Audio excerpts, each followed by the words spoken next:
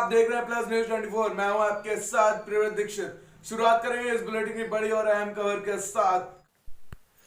लोकसभा देवरिया छाछठ से कांग्रेस के वरिष्ठ कार्यकर्ता रहे संजय राय ने पार्टी से बगावत कर ली और निर्दलीय प्रत्याशी के रूप में चुनाव लड़ने का ऐलान कर दिया। जी हां, कुशीनगर जनपद के विकासखंड तमकोही के ग्राम अजयनगर भमनौली के मूल निवासी है संजय राय। छात्र नेता के रूप में 1993 में किसान पीजी कॉलेज की छात्र संघ की स्थापना की और चुनाव लड़े और 11 वोटों से चुनाव हार गए। पुनः 1994 में चुनाव लड़े, 174 वोटों से जीत गए। 1996 में कांग्रेस की सक्रिय सदस्यता ली। तब से आज तक क्षेत्र की विभिन्न समस्याएं, चाहे छात्र संघ की समस्या हो या बिजली, पानी, सड़क, बड़ी रेल मार्ग, गरीब मजलूमों की आवाज बनकर कदम से कदम मिलाकर चले। इसी दौरान सेवरही, पटेरवा, बिशुनपुरा, बरवापट्टी, तरैया थानों में लगभग 1 दर्जन मुकदमा पंजीकृत हुआ, लेकिन आज वही कांग्रेस पार्टी द्वारा उपेक्षित किया जा रहा है। देवरिया सांसदीय सीट से मैदान में उतर पड़े हैं। वह पार्टी पर गंभीर आरोप लगाए। देखना है कि जनता इनको इनके कार्यों का इनाम देगी या नहीं। आपका नाम सर? संजय कुमार राय। आप देवरिया लोकसभा छाछठ से चुनाव निर्दल लड़ने का ऐलान किया है जी। इस पर आप क्या कहना चाहते हैं?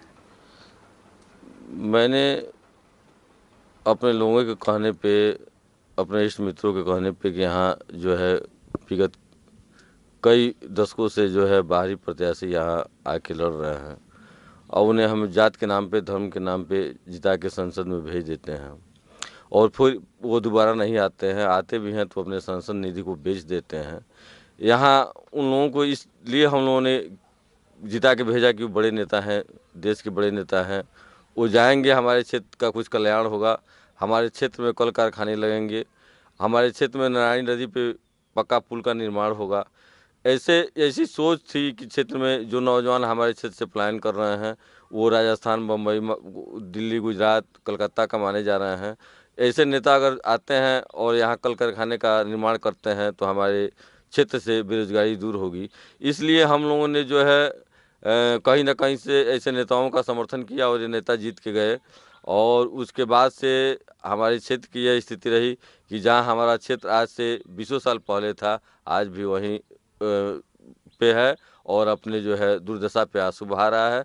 और यह परंपरा बन गई है हर पार्टी की कि हम किसी को भी भेज देंगे, चाहे वो असम का रहने वाला हो, चाहे वो सलेमपुर का रहने वाला हो, चाहे वो लखनऊ का रहने वाला हो, हम अपने पार्टी का पट्टा उसके गले में बांध देंगे तो वहाँ की जनता, देवरिया की जनता, देवभूमि देवरिया की जनता उसे जिता के भेज देगी। इस परंपरा को तोड़ने के लिए हमने जो है और यहाँ के नौजवानों ने बीड़ा उठाया है कि हम उन लोगों को बताना चाहते हैं कि देवरिया की भूमि यह देवभूमि है। यहाँ के जनता जितना सम्मान देते हैं उतना सम्मान लेना भी जानते हैं। जितना सम्मान से वो हमको पूछते हैं उतना ही वो हमारा जो है समय आने पे दुर्गति भी कर सकते हैं। और यह चारागाह नहीं है कि यहाँ जिस क्षेत्र के लोग चाहें वो जो है यहाँ आके और इस क्षेत्र को चर के और फिर चले जाएं, फिर दोबारा ना लौटें। और इस वजह से हम सभी नौजवान साथियों ने मिलकर यह मन बनाया है कि अब के इस क्षेत्र का ही जुझारू संघर्ष करने वाला व्यक्ति चुनाव लड़ेगा और उसे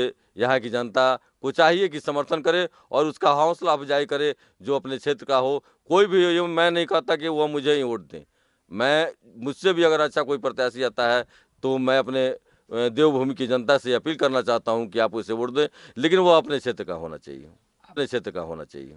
आपने जब से राजनीति में कदम रखा है, कांग्रेस पार्टी में लगातार आपने संघर्ष करता जी। रहा है और बहुत लोगों को आपने विधायक भी बनाया और संसद भी बनाया जी। तो क्या आप इस चुनाव अगर लड़ते हैं लोकसभा के जी कांग्रेस के विरोध तो आपको पार्टी से निष्कासित भी किया जा सकता है? अब यह पार्टी को सोचना है कि वो असम में रहने वाले जो यहाँ के प्रत्याशी हैं, जो असम में जिनका बिजनेस है, वो पिछले बार बहुजन से चुनाव लड़े थे, इस बार कांग्रेस में आ गए हैं। और मैं 25 साल से कांग्रेस का निष्ठावान कार्यकर्ता रहा हूँ, कांग्रेस का झंडा ढोता रहा हूँ, कांग्रेस के हर कार्यक्रम में भाग लिया हूँ। कांग्रेस के बैनर तले मैंने अनेकों बार संघर्ष किया है, जिसमें मेरे ऊपर मुकदमा भी लिखा गया है, जिसमें मैं कई बार जेल भी गया हूँ। और जब कांग्रेस को कोई नहीं यहाँ पूछता था उस समय कांग्रेस का झंडा लेकर मैं ढोया हूँ। इस क्षेत्र की जनता जानती है, क्षेत्र समाज के लोगों ने देखा है कि मैंने रेल चक्का जाम, सड़क चक्का जाम कांग्रेस के बैनर तले किया है। जिस समय कांग्रेस को कोई पूछने वाला नहीं था उस समय से मैं कांग्रेस के सिपाही के तौर पर काम करता था और एक बार भी कांग्रेस के लोगों ने मुझसे यह नहीं पूछा कि आसाम में काम करने वाला एक व्यक्ति जो पिछले बार बसपा से टिकट लेकर चुनाव लड़ा था, उसको कांग्रेस का टिकट दिया जा रहा है, आपकी क्या राय है? तो मैं भी स्वतंत्र हूं और मैं भी जो है चुनाव लड़ने के लिए ऐलान कर चुका हूं और मैं स्वतंत्र हूं। और अगर पार्टी जो निर्णय लेती है वो शिरोधार्य है। पार्टी ने मेरे ऊपर कोई एहसान नहीं किया है। मैंने विगत 25 वर्षों से पार्टी के ऊपर एहसान किया है और पार्टी के झंडे को लेकर एक पार्टी के चौकीदार की तरह मैंने घूमा है और पार्टी के लिए हर कुर्बानी देने के लिए तैयार रहा था। आज अगर पार्टी समझती है कि मुझे प्रत्याशी बनाना चाहिए तो अभी समय आने वाला है, वो मुझे सिंबल दे, मैं कांग्रेस से चुनाव लड़ूंगा। अगर वो सिंबल नहीं देती है तो मैं निर्दलीय चुनाव लड़ूंगा। अगर यहाँ की जनता आपको सपोर्ट करती है और आपको संसद बना देती है जी, तो आप जनता के लिए क्या करना चाहते हैं? सबसे मेरी पहली प्राथमिकता है कि यहाँ नारायणी नदी पे 9.9 किलोमीटर जो है ये यूपी में नारायणी नदी पड़ती है, इस पे पक्के पुल का निर्माण और यहाँ कोई बड़ा कल कारखाना जहाँ जिसमें हमारे क्षेत्र के नौजवानों को काम मिल सके, ये 2 काम मेरी प्रमुखता रहेगी। और इस काम के लिए मैं अगर संसद चुना भी जाता हूँ तो मैं तब तक जो है सदन में आवाज़ उठाता रहूँगा और सदन की कोई भी सुख सुविधा नहीं लूँगा जब तक कि यहाँ जो है पक्के पुल का शिलान्यास का काम नहीं हो जाता है। इस क्षेत्र में कोई विशेष आईटी कॉलेज और ऊंचे कॉलेज नहीं है, अगर आप संसद चुन कर जाते हैं तो उस संबंध में क्या कहेंगे? इस क्षेत्र में जो भी सुविधाएं हैं, चाहे वो हॉस्पिटल ले लीजिए, चाहे आईटी कॉलेज ले लीजिए, चाहे शिक्षा के ही उदाहरण को ले लीजिए, जो भी संस्थाएं हैं पूरी तरह से मृत हो चुकी हैं। दिल्ली से आने में 1250 किलोमीटर पड़ता है, लखनऊ से आने में 450-500 किलोमीटर दूर यह क्षेत्र पड़ता है।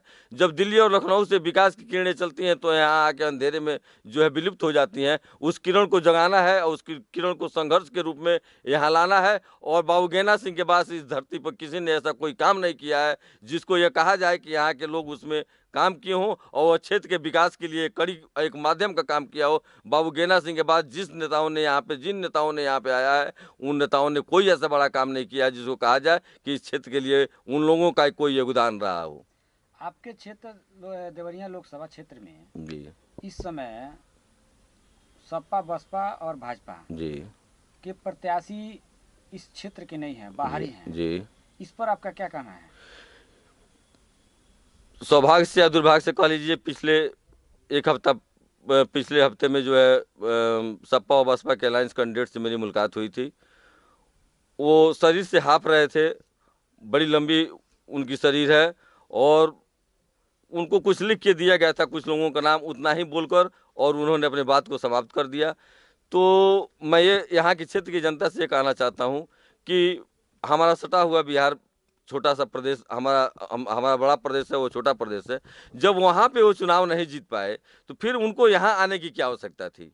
रामापति राम जी के लड़के जो देवरिया से सलेमपुर से जो है सांसद थे, वहाँ अपने विधायक को जूते से पीटा, उनका टिकट कट गया, उनके पिताजी को यहाँ पे ला के खड़ा कर दिया गया। यह समझा गया कि ये देवरिया की जनता जो है हम जिसे भी भेज देंगे उसे चुनकर जो है भेज देगी। इस मिथक को तोड़ने के लिए हम सब लोग इकट्ठा हैं और यहाँ की जनता मन बना चुकी है। यहाँ के